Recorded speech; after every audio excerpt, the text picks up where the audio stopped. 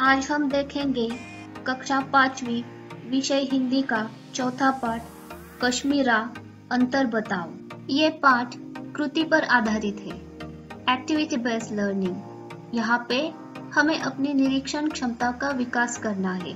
आपण यूट्यूबवर नवीन असाल तर चॅनल सबस्क्राइब करायला विसरू नका आणि नवीन व्हिडिओच्या नोटिफिकेशनसाठी बेल आयकॉनवर क्लिक करा।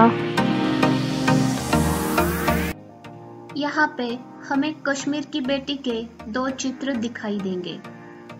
उन चित्रों में से निरीक्षण करके हमें जो अंतर दिखाई दे रहा है उन्हें हमें ढूंढना है और बताना है।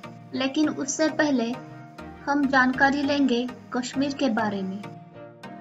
कश्मीर को दुनिया का स्वर्ग माना जाता है। चारों ओर बर्फ से बिछी हुई चादर और पेड़ से गिरते हुए बर्फ, ये नज़ारा तो सिर्फ कश्मीर में ही दिखाई देता है।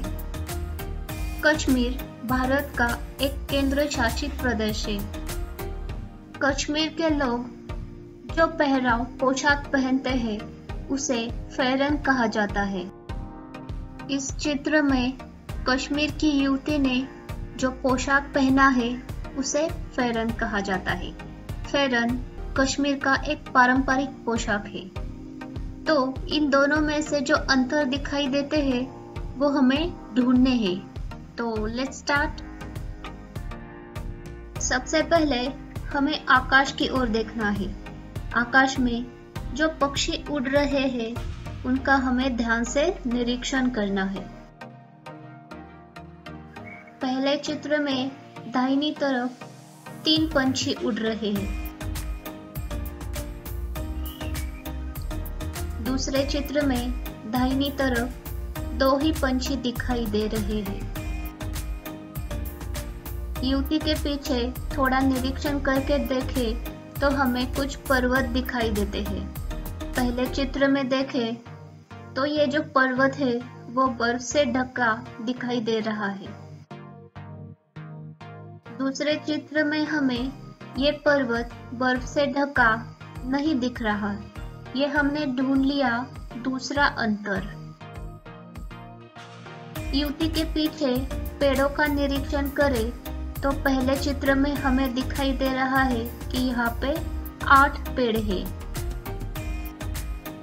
दूसरे चित्र में देखें तो वहीं पर 6 पेड़ दिख रहे हैं। ये हमने ढूंढ लिया तीसरा अंतर। अगला निरीक्षण हम करेंगे युवती चला रही बोट का। स्थानिक भाषा में इसे शिकारा कहते हैं और बोट चलाने के लिए जो डंडा इस्तेमाल किया जाता है उसे चप्पू कहा जाता है। तो हम देख लेंगे कि ये चप्पू कैसा दिखाई दे रहा है।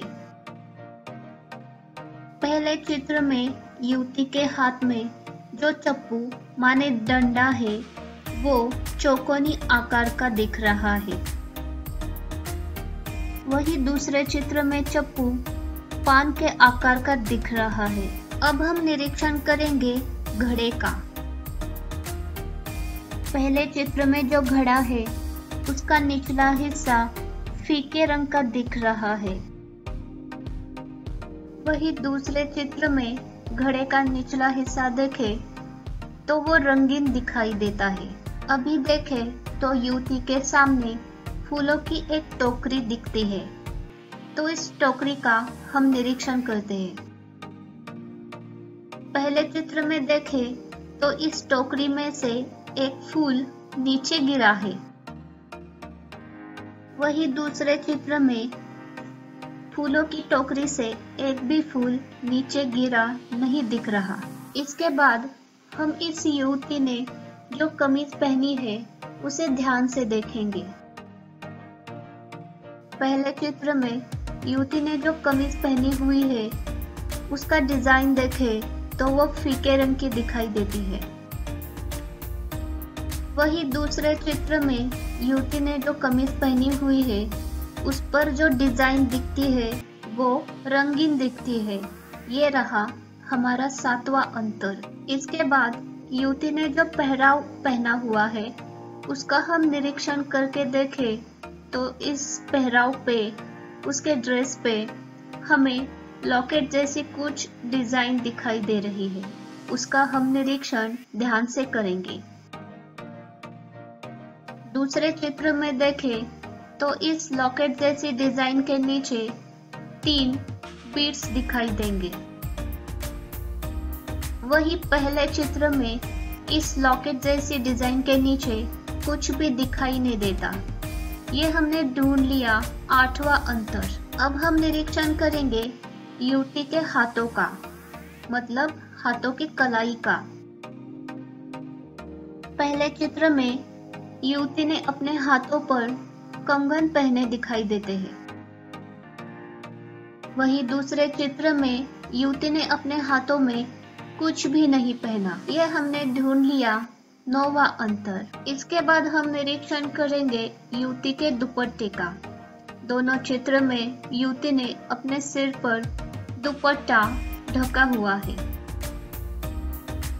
दूसरे चित्र में इस दुपट्टे का कुछ हिस्सा हमें दिखाई देता है। वही पहले चित्र में हमें दुपट्टे का हिस्सा दिखाई नहीं दे रहा। ये हमने ढूंढ लिया आखिरी, मतलब 10वां अंतर। इसका मतलब हमने 10 से 10 सारे अंतर ढूंढ लिए हैं। I hope you all enjoy these pictures and this video.